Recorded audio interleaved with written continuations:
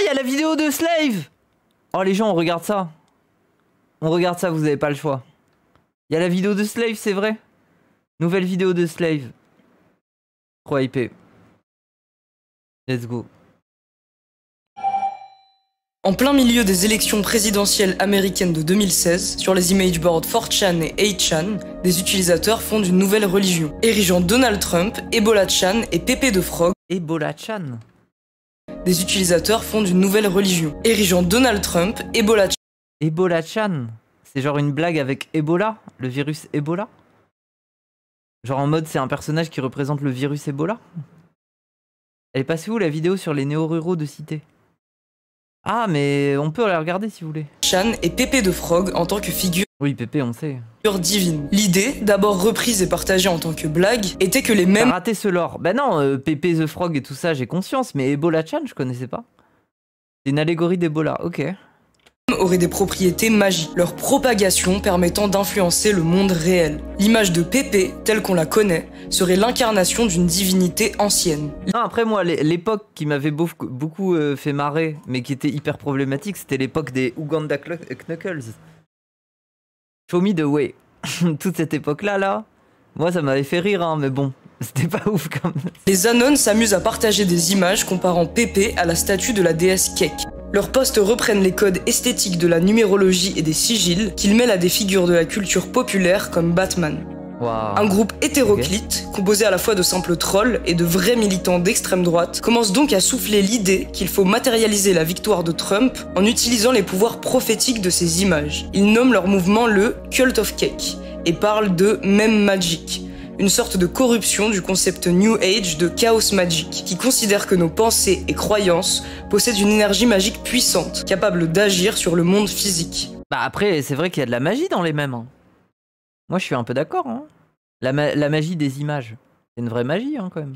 D'une certaine manière, l'histoire a confirmé le pouvoir que détenaient les adeptes du Cult of Cake. La multiplication de ces images, partagées jusqu'à atteindre des plateformes plus mainstream comme Twitter ou Reddit, l'émergence de discours politiques cachés dans un format humoristique plus digeste, c'est peut-être là que la véritable magie opérait, en agissant sur nos propres biais de confirmation, Bah oui. sur notre tendance naturelle à créer... En fait, c'est presque une extension de la méthode de l'extrême droite dans le discours, mais au travers des images. Parce que la méthode de l'extrême droite dans le discours, ça a toujours été l'euphémisation.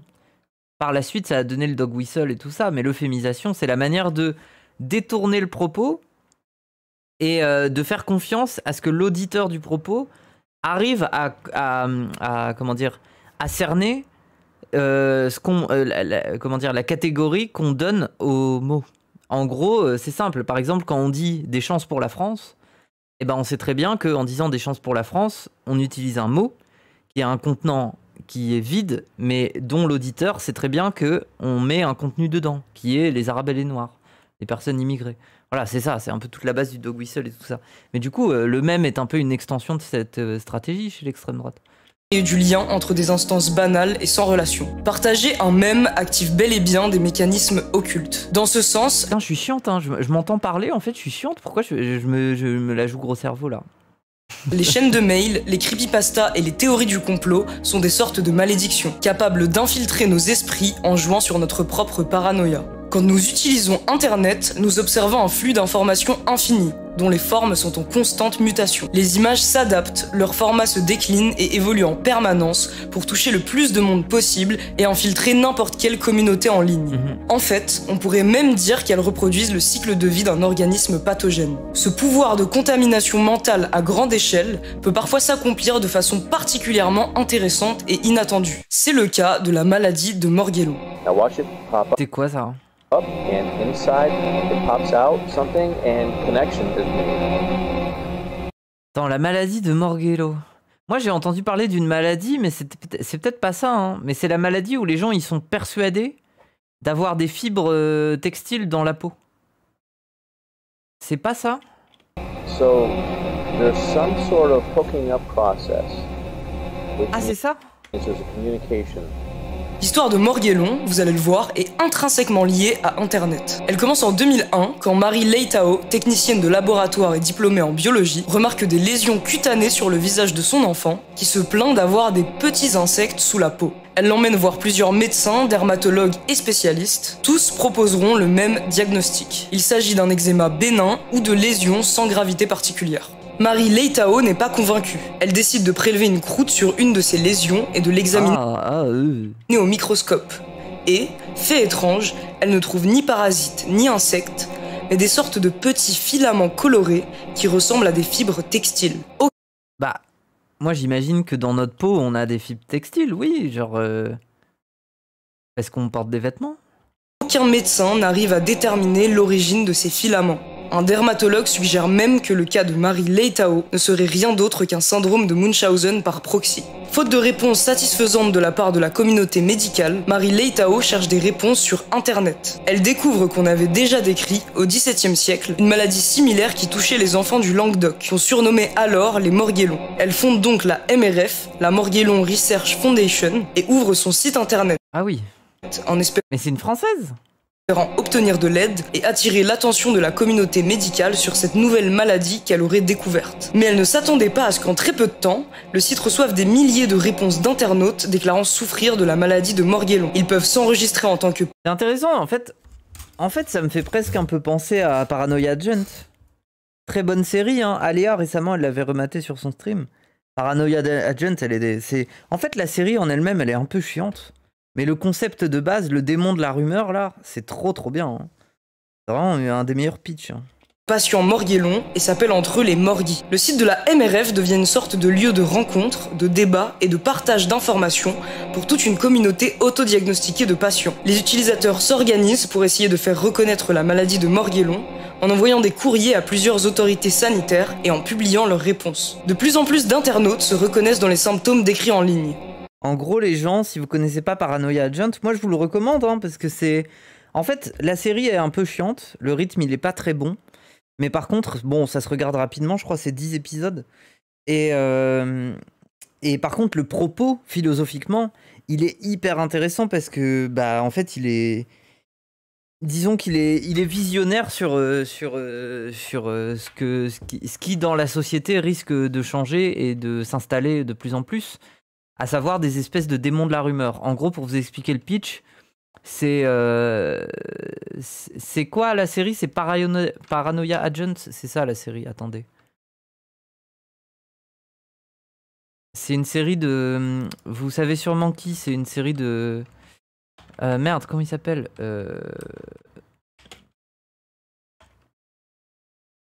de Satoshi Kon. Celui qui a fait Perfect Blue, celui qui a fait Paprika, oui, Satoshi Kon, oui. Et qui a un opening hyper bizarre, là.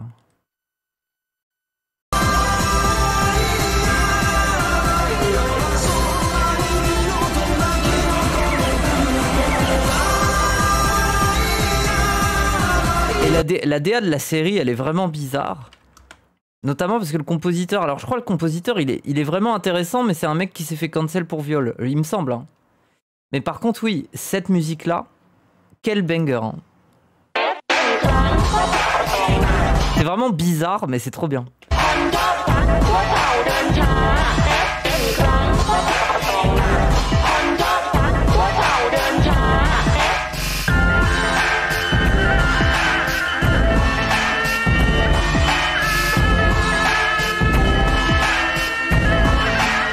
C'est quoi le bail alors? Alors pour vous expliquer, en fait, c'est au premier épisode, on suit une jeune femme qui est conceptrice de jouets, de peluches, il me semble, et en fait, elle doit rendre un travail à ses patrons, sauf qu'elle est en retard. Et elle est en stress, et en fait, elle se fait agresser dans la rue par un gamin avec une batte dorée tordue et des rollers dorés. Et en fait, elle finit à l'hôpital. Et il y a des agents de police qui viennent la voir et qui sont en mode, bon, bah, décrivez-nous l'agresseur et tout ça. Et donc, elle se met à parler de l'agresseur. Sauf qu'en parlant de l'agresseur, les policiers, ils sont pas très convaincus que l'agresseur existe. Ça leur apparaît un peu bizarre. Mais épisode par épisode, dans la ville, on va suivre l'aventure d'autres personnages qui, à chaque fois, finissent par se faire agresser par le garçon avec la batte de baseball et les rollers dorés. Et en fait, c'est une rumeur qui se met à se répandre dans la ville, où il existerait un agresseur, personne ne sait qui c'est, qui est le garçon à la batte dorée. Mais en fait, ce que tu t'aperçois de plus en plus, c'est qu'à chaque fois, c'est des êtres humains, c'est des individus qui sont à un moment de leur vie où ils n'assument pas quelque chose qu'ils ont fait, ou alors une situation les dépasse, et pour s'extraire de la situation, ils se font agresser par le gamin à la batte dorée. Par exemple, le premier épisode, c'est cette conceptrice de jouets qui, n'ayant pas pu rendre son travail à temps, préfère se faire agresser ou inventer l'agression qu'elle a subie pour pouvoir sauter de ses responsabilités en tant que conceptrice de jouets. En fait, c'est la même chose que si vous êtes un gamin, vous n'avez pas envie d'aller à l'école et vous dites à votre daronne que vous êtes malade. Vous inventez un virus. Vous inventez une maladie. Vous savez très bien que vous n'êtes pas malade. Mais au fond de vous-même, vous vous mettez presque à vous convaincre que vous êtes vraiment malade. Parce que vous devez y croire et vous devez bien jouer le truc pour que votre daronne, elle soit convaincue que vous n'allez pas à l'école. Bah là, en fait, c'est la même chose, mais en inventant un agresseur qui n'existe pas. Et en fait, ce qui est très intéressant, c'est qu'au fur et à mesure, cet agresseur se met réellement à exister.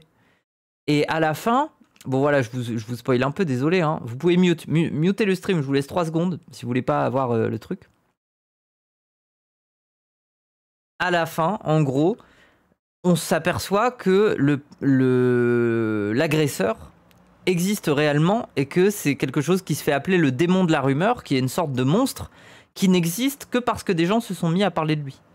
Ça veut dire qu'à la fois, il n'existe pas parce qu'on l'a inventé à la base, parce que c'était un prétexte pour déroger de ses responsabilités, mais à la fin, le fait qu'il y ait de plus en plus de gens qui y croient fait que ça devient quelque chose qui existe vraiment. Un peu le même principe que les dieux dans l'Anthès de Troie, si vous voyez un peu l'exemple que je donne. Voilà, je vous ai donné un peu le pitch. Mais du coup, c'est intéressant parce que c'est une œuvre qui permet de parler du fait qu'il y a des choses qui n'existent pas, mais qui se mettent à vraiment obtenir une existence concrète dans la vie des gens à partir du moment où c'est viral. Voilà. Et ça s'appelle Paranoia Agent, mais je pense que c'est une œuvre qui est intéressante à mettre en perspective, notamment avec le racisme. Parce que cette idée de l'agresseur qui pourrait surgir à n'importe quel moment, qui est le discours de l'extrême droite vis-à-vis des Arabes, des Noirs, de l'immigration, bah, c'est un peu sensible, c'est un peu sensiblement la même chose que Paranoia Agent, en fait. C'est cette idée qu'on se fait, on peut toujours se faire agresser par un truc qui n'existe pas, qui est un peu immatériel, qui n'est pas vraiment existant, mais qui existe dans l'imaginaire des gens. Oui, vous pouvez démute, c'est bon. Spoiler terminé. En 2005, plus de 12 000 personnes se déclarent atteintes par la maladie. Et pour la majorité des médecins, la maladie de Morgellon ne reste rien d'autre qu'un délire parasitaire, et la recherche n'avance pas vraiment. Un seul détail reste inexpliqué, l'origine de ces filaments colorés, clairement observables au microscope, qu'on retrouve sur la peau des patients. Comme d'habitude, coller l'étiquette de la folie sur les patients Morgellon suffit à décrédibiliser tous leurs mouvements auprès de la communauté médicale. En réponse, on rédige et publie des guides destinés aux patients pour leur apprendre comment se comporter en consultation médicale afin d'éviter d'être étiquetés délirants. En 2006, un médecin et professeur assistant de physiologie de l'école de médecine ostéopathique d'Oklahoma propose son aide à Mary Leitao en parvenant à obtenir un budget de recherche pour examiner des patients et des prélèvements. Il constate effectivement des fibres colorées sous la surface d'une peau intacte, pouvant être extraite avec une pince à épiler. Merci Roselmac. Mais du coup, c'est quoi? Ça veut dire que c'est une preuve qui a été falsifiée? C'est une preuve qui a été construite? La présence de ces fibres ne s'observe pas sur le groupe témoin, comprenant des sujets sains et des patients atteints d'autres dermatoses connues. La publication de ce rapport marque un tournant pour la MRF. Les journaux et les chaînes de télé s'emparent du sujet en adoptant un ton dramatique. Dans une émission diffusée sur ABC, on parle de mystère médical, en montrant des plans rapprochés de lésions cutanées ouvertes. Ce succès médiatique permet, déjà, d'attirer l'attention du public sur la maladie de Morgellon. J'imagine aussi que ce genre d'émissions ont participé à la viralité de la maladie. Il est certain que des téléspectateurs, après s'être reconnus dans la description de la maladie, sont partis s'enregistrer en tant que patients sur le site de la MRF. Peut-être même que le simple fait de leur avoir suggéré l'existence de la maladie a suffi à en déclencher les premiers symptômes. En fait, moi, c'est vraiment un truc, ça me fascine et ça me terrifie. C'est un peu comme le délire enfin, ce qu'on appelle les délires à plusieurs, je crois qu'on appelle ça comme ça. Après, il y a un nom scientifique. Mais vous savez, c'est le même truc qu'à l'époque du Moyen-Âge, quand il y a des gens qui se mettaient à danser sans jamais s'arrêter et qui tombaient de fatigue. C'est le même truc. Et c'est vrai que c'est fascinant parce que, en fait, c'est vrai que, oui, le truc du délire collectif. Demain, mettez-vous dans la situation. Imaginez par exemple, vous vivez à la campagne avec votre conjoint ou votre conjointe, et d'un coup la personne elle rentre et elle dit vite, on va dans la cave, on est attaqué, il y a une bombe atomique. Vous, sur le coup, vous y croyez pas forcément, vous n'avez pas de preuve de ça. Mais le fait que ça soit la personne avec qui vous partagez tant votre intimité qui vous le dit, vous êtes obligé d'y croire en fait. Et immédiatement, vous rentrez dans le délire collectif de cette personne. Et c'est difficile enfin, je veux dire, à moins de chercher des preuves nous-mêmes du fait que c'est possible, on a plutôt cette tendance à faire confiance aux autres. Et donc, immédiatement, en fait, on peut très vite basculer dans un délire mutuel. Je sais pas, c'est vrai que c'est terrifiant. Hein. Déjà vécu plein de fois, ma femme faisait des bouffées délirantes. Non. Quoi qu'il en soit, la MRF Une hystérie de masse. Ouais, à mon avis, on peut appeler ça comme ça aussi. parvient à se... C'est quand, par exemple, c'est quoi la dernière hystérie de masse qu'on a eue dans l'actualité? Au-delà du racisme, au-delà de la transphobie, au-delà du sexe, enfin au-delà de plein de choses dont on a l'habitude. C'est laquelle la dernière hystérie de masse précise? Le Covid, les punaises de lit? Bah non, parce que c'est une réalité concrète. Le PQ pour le Covid. Ah oui, on se rapproche déjà un peu plus de... Oui. D'un coup, parce que des gens ont vu des images à la télé de gens qui manquaient de PQ, ils se sont dit qu'il fallait absolument prendre du PQ, donc ça a créé une crise du PQ qui a effectivement fait que les gens se battaient pour du PQ. La 5G. Oui, c'est vrai. Mais après le Covid, oui, c'est vrai que le Covid, il y a eu aussi tous les délires de le visage de Lévinas, la bande à... Merde, comment il s'appelle? À Philippot. Tous les trucs comme ça. Malaisie 2016. Le 14 avril 2016, à la suite d'une photo postée par un lycéen, l'établissement Pengalkan, Shepa 2, dans la ville de Kota, 75 élèves et 11 professeurs affirment avoir vu une étrange chose noire se déplacer dans les couloirs du lycée, et certains disent même que la chose a tenté de les posséder. En effet, une enseignante prénommée Kamaria Emerin explique avoir eu l'impression que la chose allait rentrer dans son cœur, que sa tête allait exploser et qu'elle va. D'accord. Liste des psychoses collectifs. Oh, intéressant ça, attendez. Ça a l'air trop intéressant. Mexico 2007. Alors, laissez-moi deviner. Mexico 2007, c'est pas une épidémie massive de symptômes inhabituels dont souffrent les adolescents de l'école Children Village School. Ah, je pensais que ça allait être les bails de... Comment s'appelle la créature là qu'il y a dans Until Dawn? Le jeu vidéo. Le Chapacabra, je sais plus comment ça s'appelle là. Le Chabalabala. Le Shabala. Shabala. Je sais plus. Mais il y a eu un délire de... Le Wendigo, pardon. Oui, le Wendigo. Le Chupacabra. Oui, je pensais à ça, mais c'est le Wendigo. Oui, je crois que c'est au Mexique qu'il y a eu tout un délire autour du Wendigo aussi. Ouais. Et par exemple, en parlant de psychose collective, on peut parler aussi de la bête de Gévaudan, qui est pas seulement un mythe. Hein. La bête du Gévaudan, ça a été vraiment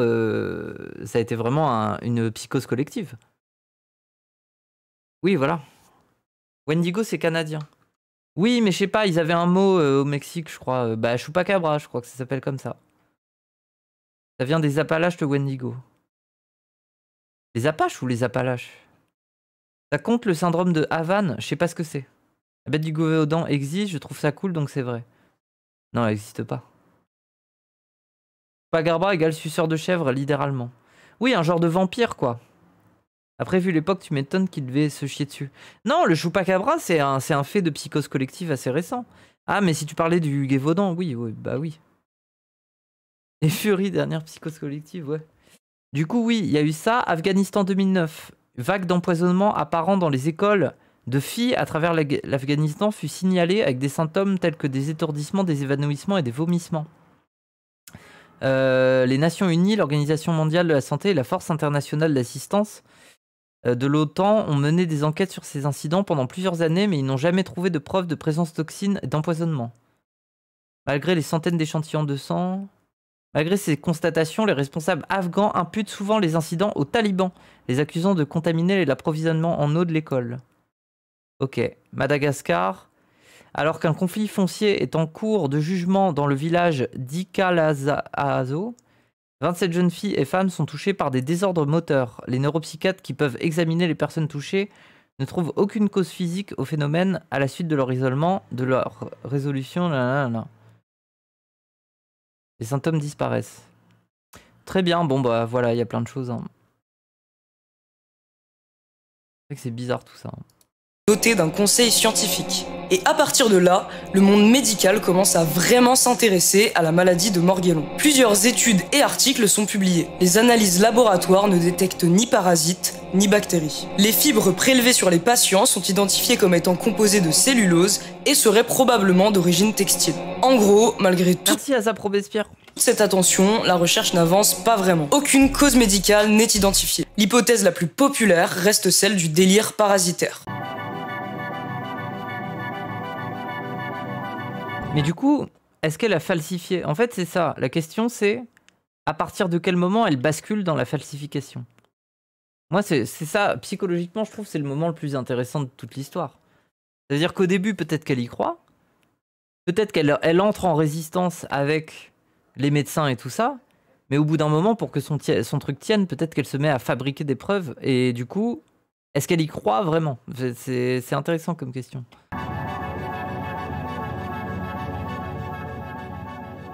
En 2012, Marie Leitao disparaît d'Internet. Elle ferme son site web et dissout la MRF. Mais le nom de domaine est rapidement repris et, autre fait intéressant, plusieurs théories, ancrées dans un lexique complotiste, se développent autour de la maladie de Morgellon. On évoque par exemple l'existence d'agents pathogènes dans les chemtrails ou de particules nanotechnologiques. Ah, ok. Merci blabla. L'apparition de ces théories du complot n'est pas surprenante. L'évolution de la maladie de Morgellon sur Internet suit celle d'un mème. Le concept est abandonné, puis repris par d'autres qui lui prêtent un autre sens. Ces patients souffrent vraiment. C'est tout à fait normal puisqu'ils se sentent abandonnés par la communauté médicale qui refuse de reconnaître leur souffrance, qu'ils cherchent des réponses ailleurs. Les patients de Morgellon sont victimes d'une double malédiction. La maladie, déjà, agit en quelque sorte comme une prophétie autoréalisatrice. Les sensations liées à la peau, comme les grattements, sont étroitement liées au psychisme. C'est donc difficile d'établir une distinction claire entre causes psychiques ou somatiques. Putain, ça c'est vrai. Et les grattements, c'est trop bizarre la manière dont ça fonctionne. Hein. Est-ce que vous vous êtes jamais retrouvé dans la situation où, par exemple, vous allez vous coucher? Vous êtes en mode, ok, je vais dormir, tout va bien, t'es un peu fatigué, tu vas dormir. Et d'un coup, t'as une partie du corps qui te gratte. Du coup, tu te dis, bon, soit j'essaye de pas faire attention à ce que ça me gratte, soit je me gratte. Mais si vous vous mettez à vous gratter une fois, d'un coup, vous vous mettez à sentir que d'autres parties de votre corps ont besoin d'être grattées. Et ainsi de suite, vous vous mettez à vous gratter, et vous n'arrivez pas à vous endormir. C'est vraiment trop bizarre, hein. En fait, le fait d'avoir accepté de se gratter une première fois, ça a l'air d'activer une sensibilité où le moindre truc vous donne envie de vous gratter. Et du coup, vous passez votre temps à vous gratter et ça y est, vous êtes dans une crise de grattement. Ça c'est un truc, genre, je me suis toujours posé des questions de pourquoi en fait. Est-ce que mon corps me gratte vraiment? Ou alors est-ce que c'est moi qui me mets à me gratter et du coup Est-ce que j'ai vraiment un truc qui me donne envie de me gratter ou pas?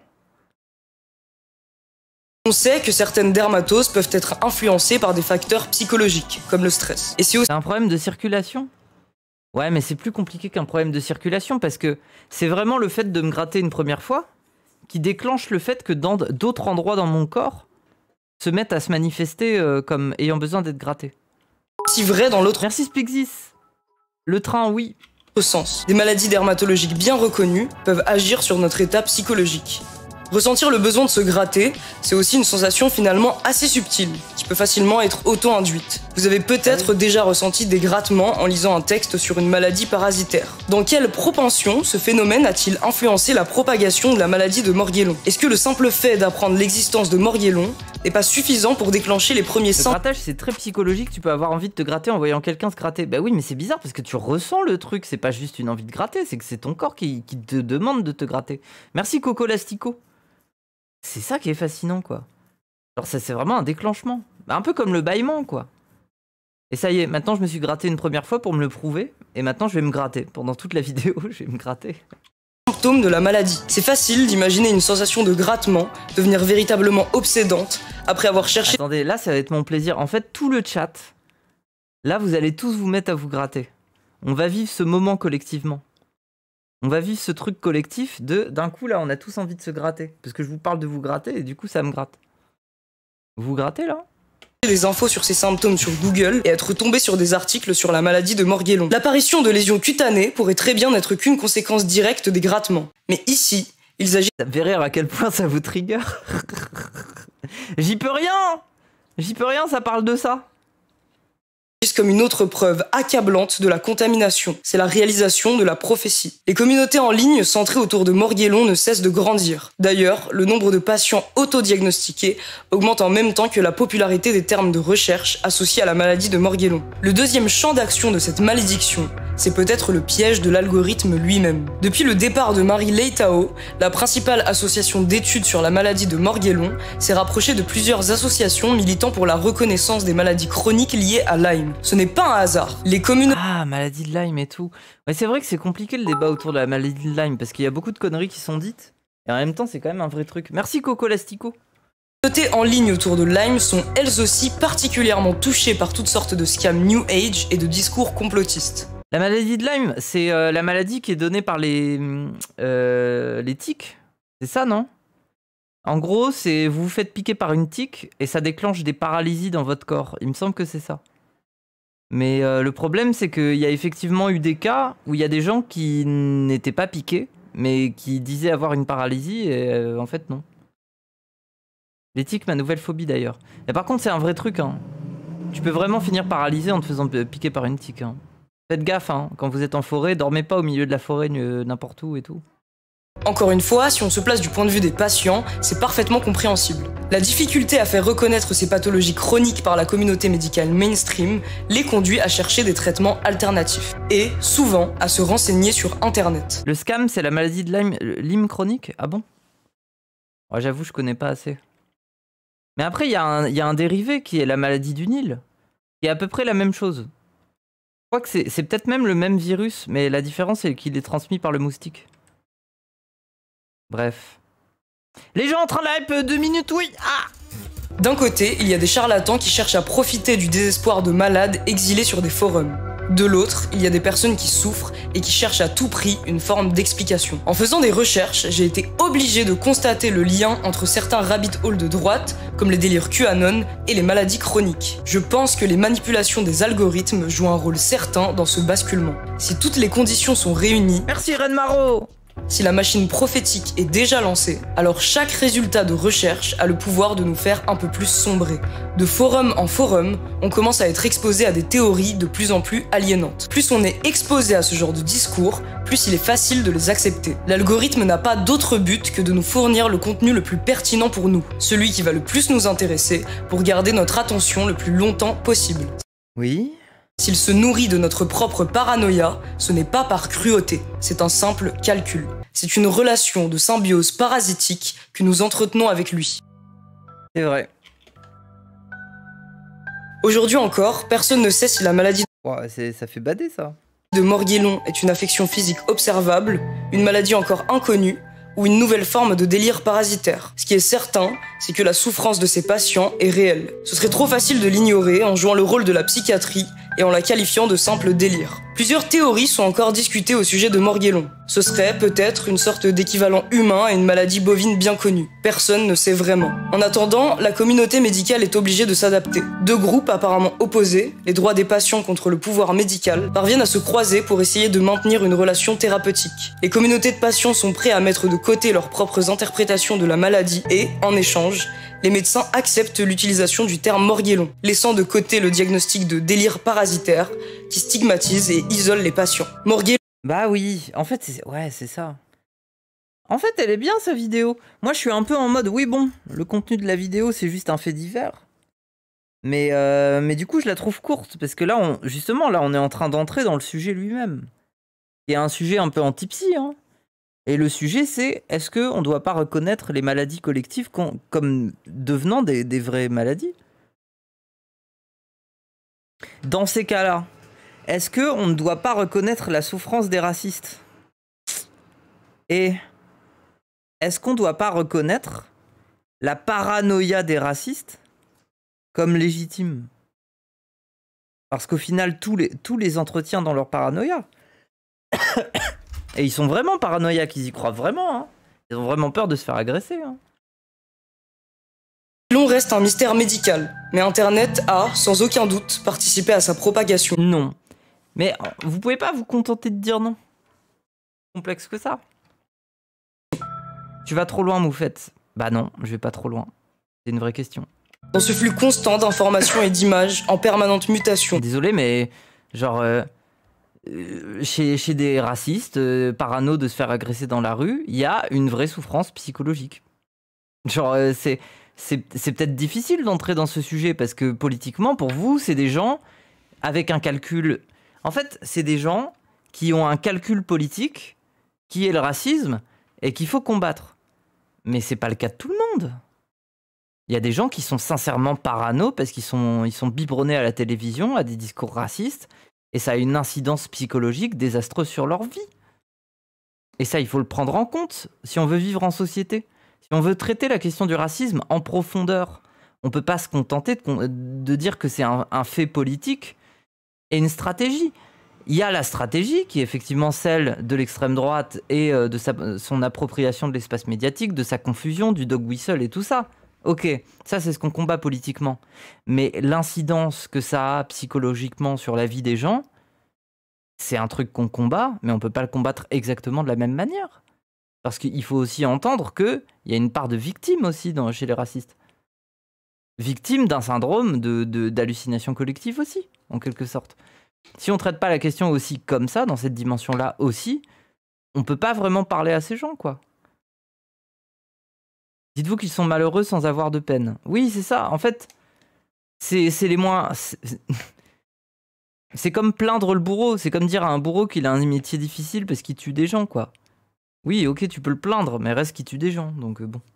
Chaque résultat de recherche a le pouvoir de nous ensorceler, à l'image des sigils partagés par les adeptes du Cult of Cake. Chaque forme perçue, chaque hypertexte et chaque message échangé laisse des traces imperceptibles en nous.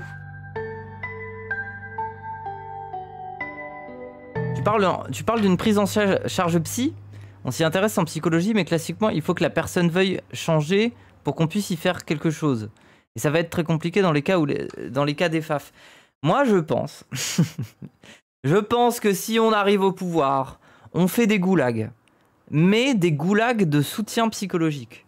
Travail forcé, maigre ration alimentaire, certes, mais psychologue à disposition. Tous les matins, on les envoie pendant 2 heures avec des psychologues qui leur expliquent qu'ils ont été parano toute leur vie. Voilà. Et ensuite, on les envoie travailler un peu dans les mines, dans les grands chantiers pour l'écologie et tout ça. Moi, je pense, voilà, c'est bien, c'est une bonne perspective. Ça veut dire qu'on leur fait payer. On leur fait payer ce qu'ils sont, mais en même temps, on les aide à s'en sortir. Et ça, c'est ça qui est bien. Après, peut-être qu'ils mourront de faim ou de fatigue, mais au moins, ils seront plus parano.